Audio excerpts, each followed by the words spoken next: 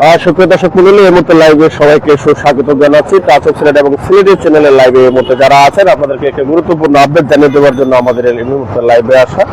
থানায় ঢুকে পুলিশ সদস্যের উপর হামলা চালানো হয়েছে। আমরা এই তথ্যটুকু জানিয়ে দেওয়ার চেষ্টা করব, কে বা কারা থানায় ঢুকে পুলিশের উপর হামলা চালানো, এই বিষয়ে সর্বশেষ যে আপডেট রয়েছে সেই আপডেটের তথ্যটুকু আপনাদেরকে জানিয়ে দেওয়ার চেষ্টা করছি। দেশ প্রবাস থেকে যারা যুক্ত রয়েছেন আপনারা আমাদের সাথে দেখুন, পাশাপাশি আমাদের লাইভটিকে শেয়ার দিয়ে আমাদেরকে দেখার সুযোগ করে দিবেন। কেউ কোথা থেকে যুক্ত আছেন অবশ্যই লিখতে পারেন আমাদের কমেন্ট বক্সে।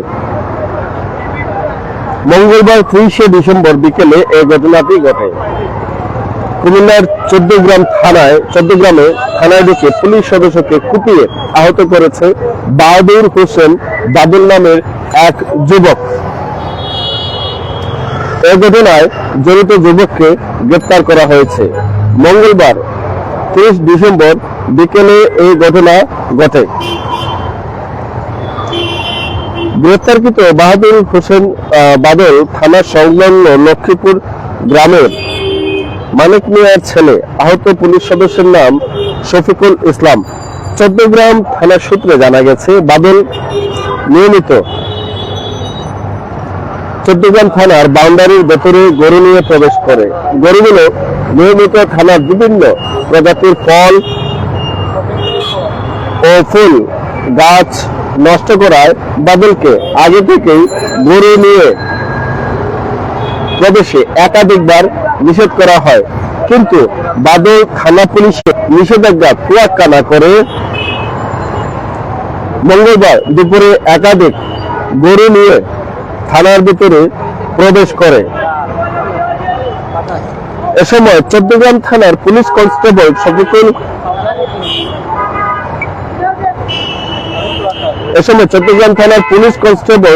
শফিকুল ইসলাম অভিযুক্ত বাদলকে গরু নিয়ে থানায় প্রবেশে আবারও নিষেধ করে। এতে বাদল ক্ষিপ্ত হয়ে তার হাতে থাকা দা দিয়ে শফিকুলের আঘাত করতে থাকে। এক পর্যায়ে দা দিয়ে শফিকুলের মাথায় কোপ দেয়। এতে গুরুতর আহত হয় পুলিশ সদস্য শফিকুল। পরে পুলিশ সদস্যরা এসে বাদলকে আটক করে থানার ভেতরে নিয়ে যায়।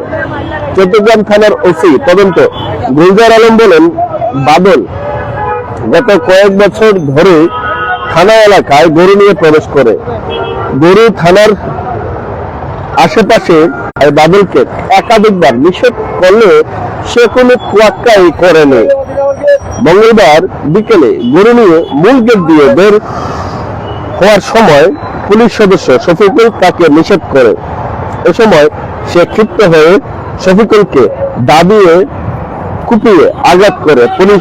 পুলিশ সদস্যরা ঘাতক বাদলকে আটক করে। তিনি আরো বলেন, পুলিশের উপর হামলার ঘটনায় বাদলের বিরুদ্ধে মামলা করা হয়েছে। বুধবার 31শে ডিসেম্বর দুপুরে বাদলকে আদালতে সুপর্দ করা হবে।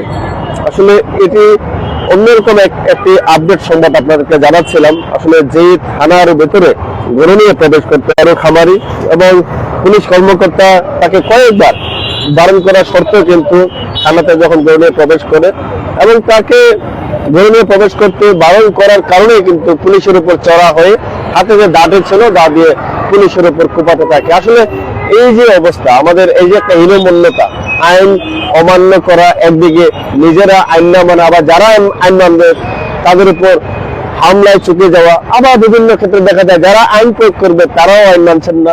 তো সবকিছু মিলিয়ে আইন তো সবাইকেই মানাটা উচিত। আমাদের জনগণের যেরকম আইন মানতে হবে, আইন প্রশাসনকে আইন মানতে হবে, কিন্তু থানার ভেতরে গিয়ে যদি আমরা এরকম অসভ্য আচরণ করতে থাকি, আসলে আমাদের এই দেশটা আসলে কবে চেঞ্জ হবে, পরিবর্তন হবে? মূল পরিবর্তন তো আমাদের থেকে শুরু হওয়া উচিত। প্রতিটা মানুষ যখন ধীরে ধীরে ঠিক হয়ে যাবে, ঠিক তখনই কিন্তু আমরাও কিন্তু ধীরে ধীরে ঠিক হয়ে যাবে। আমরা কিন্তু সেই প্রত্যাশা রাখি।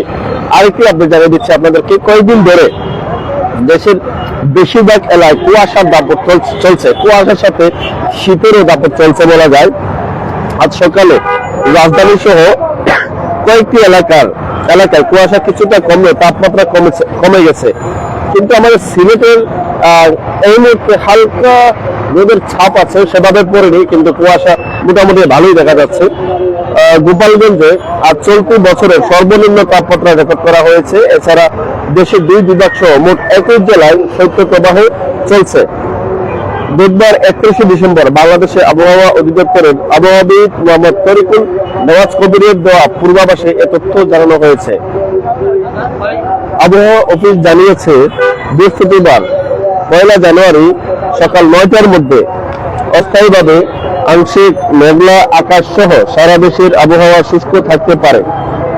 মধ্যরাত থেকে সকাল পর্যন্ত অনেক জায়গায় মাঝারি থেকে ঘন কুয়াশা পড়তে পারে, যা কোথাও কোথাও দুপুর পর্যন্ত অব্যাহত থাকতে পারে। ঘন কুয়াশার কারণে বিমান চলাচল, অভ্যন্তরীণ নৌ পরিবহন এবং সড়ক ব্যাহত হতে পারে।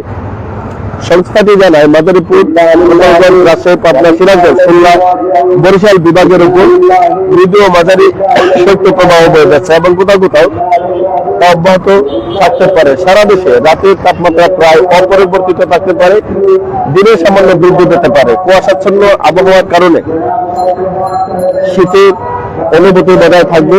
আগামী দেশের আকাশ আংশিক মেঘলা থাকলেও শুষ্ক থাকতে পারে। মধ্যরাত থেকে সকাল পর্যন্ত অনেক জায়গায় কুয়াশা এবং কোথাও কোথাও দুপুর পর্যন্ত তা অব্যাহত থাকতে পারে। তাপমাত্রা সামান্য বাড়তে পারে, তবে কুয়াশার কারণে শীতের শীতের শীতের অনুভূতি বিরাজ করবে। শুক্রবার 2 জানুয়ারি পূর্বাভাসে বলা হয়েছে, এদিন সকাল 9টা থেকে পরবর্তী 24 ঘন্টায় অস্থায়ীভাবে আংশিক মেঘলা আকাশ শুষ্ক থাকতে পারে। সেই সঙ্গে মধ্যরাত থেকে সকাল পর্যন্ত সারা দেশে মাঝারি থেকে ঘন কুয়াশা পড়তে পারে। এছাড়া সারা দেশের রাতের তাপমাত্রা সামান্য বাড়তে পারে এবং দিনের তাপমাত্রা প্রায় অপরিবর্তিত থাকতে পারে। পূর্বাভাসে বলা হয়, আগামী শনিবার 3 জানুয়ারি সকাল 9টা ঘন্টায় অস্থায়ীভাবে আংশিক মেঘলা আকাশ সহ সারা দেশের আবহাওয়া শুষ্ক থাকতে পারে। সেই সঙ্গে মধ্যরাত থেকে সকাল পর্যন্ত সারা দেশের কোথাও কোথাও মাঝারি থেকে ঘন কুয়াশা পড়তে পারে। এছাড়া সারা দেশের রাতে দিনে তাপমাত্রা প্রায় অপরিবর্তিত থাকতে পারে। এছাড়া আগামী রোববার 4 জানুয়ারি পূর্বাভাসে বলা হয়েছে, এদিন সকাল 9টা থেকে পরবর্তী 24 ঘন্টায় অস্থায়ীভাবে আংশিক মেঘলা আকাশ সহ সারা দেশের আবহাওয়া শুষ্ক থাকতে পারে। সেই সঙ্গে মধ্যরাত থেকে সকাল পর্যন্ত সারা দেশের কোথাও কোথাও মাঝারি থেকে ঘন কুয়াশা পড়তে পারে। এছাড়া সারা দেশে রাতের তাপমাত্রা সামান্য বাড়তে পারে এবং দিনের তাপমাত্রা প্রায় অপরিবর্তিত থাকতে পারে। সর্বশেষ আপডেট জানাচ্ছিলাম। এই মুহূর্তে লাইভ থেকে বিদায় নিচ্ছি। দেখা হবে পরবর্তী লাইভে পরবর্তী আপডেট নিয়ে। সে পর্যন্ত সবাই আপনারা আমাদের সাথে থাকবেন। আল্লাহ হাফেজ।